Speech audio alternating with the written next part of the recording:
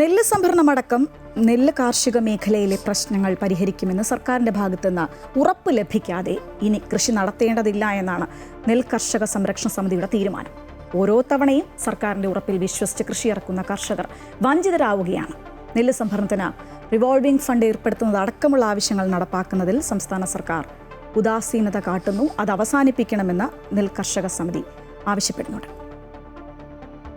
ഇത്തവണയും പുഞ്ചകൃഷിയുടെ നെല്ല് സംഭരണം പാളിയതോടെ കൃഷിയിൽ നിന്നും പിന്തിരിയുമെന്ന മുന്നറിയിപ്പുമായാണ് കർഷകർ രംഗത്തെത്തിയിരിക്കുന്നത്. ഓരോ തവണയും കൃഷിവകുപ്പും സർക്കാരും നൽകുന്ന ഉറപ്പ് പാഴ്വാക്കാകുകയാണ്. കഴിഞ്ഞ കൃഷിയിലും കൊയ്ത്ത് കഴിഞ്ഞ് പലയിടത്തും ആഴ്ചകളോളമാണ് നെല്ല് പാടത്ത് കിടന്നത്. കിഴിവിനെ ചൊല്ലിയുള്ള തർക്കം അവസാനിപ്പിക്കാൻ സർക്കാരോ സപ്ലൈകോയോ കാര്യക്ഷമമായി ഇടപെടുന്നില്ലെന്നും നെൽകർഷക സംരക്ഷണ സമിതി ചൂണ്ടിക്കാട്ടി. സബ്സിഡികൾ ലഭിക്കുന്നില്ല. നമുക്ക് കൃഷി ഒരു രീതിയിൽ മുന്നോട്ട് കൊണ്ടുപോകാൻ പറ്റാത്ത സാഹചര്യത്തിലാണെങ്കിൽ പോലും ഞങ്ങൾ കൊയ്ത്ത് വരെ കൊണ്ടെത്തി കഴിയുമ്പോൾ നെല്ല് സംഭരണം നമുക്കൊരു ബാലികേറാമലയായിട്ട് തന്നെ നിൽക്കുന്ന ഒരു സാഹചര്യം ഈ വർഷം ഉണ്ടായത്. അപ്പോൾ ഇനി ഇതിനെല്ലാം നെൽ കർഷകരുടെ പ്രശ്നങ്ങൾക്ക് ഒരു പരിഹാരമുണ്ടായിട്ട് കൃഷി മതി എന്നുള്ള ഒരു രീതിയിലേക്ക് ഒട്ടുമിക്ക പാടശേഖര സമിതികളും മുന്നോട്ട് പോകാനാണ് തീരുമാനിച്ചിരിക്കുന്നത്. സംഘടന എന്ന നിലയിൽ ഞങ്ങളത് കൂടിയാലോചിച്ച് ആ ഒരു തീരുമാനത്തിന് മുൻതൂക്കം കൊടുക്കും. ഞങ്ങളുടെ കമ്മിറ്റി കൂടി അതിനുശേഷം പാടശേഖരങ്ങളെ കൂട്ടി യോജിപ്പിച്ച് തീർച്ചയായിട്ടും തീരുമാനമുണ്ടായിട്ട് കൃഷി മതി എന്നൊരു നിലയിലേക്ക് പോകാനാണ് ഞങ്ങൾ ആലോചിച്ചുകൊണ്ടിരിക്കുന്നത്. നെല്ല് സംഭരണത്തിന് ശേഷം പണത്തിനായി കർഷകർ കാത്തിരിക്കുന്നത് ഒഴിവാക്കാൻ റിവോൾവിംഗ് ഫണ്ട് ഏർപ്പെടുത്തണമെന്ന ആവശ്യം സർക്കാർ ഇനിയും പരിഗണിച്ചിട്ടില്ല.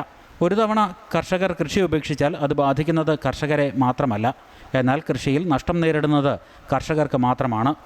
ഈ സാഹചര്യത്തിലാണ് നെൽകാർഷിക മേഖലയിലെ പ്രശ്നങ്ങൾ പരിഹരിക്കുമെന്ന് ഉറപ്പ് ലഭിച്ച ശേഷം മാത്രം ഇനി കൃഷി നടത്തിയാൽ മതിയെന്ന ആശയത്തിലേക്ക് നെൽകർഷക സംരക്ഷണ സമിതി കടക്കുന്നത്.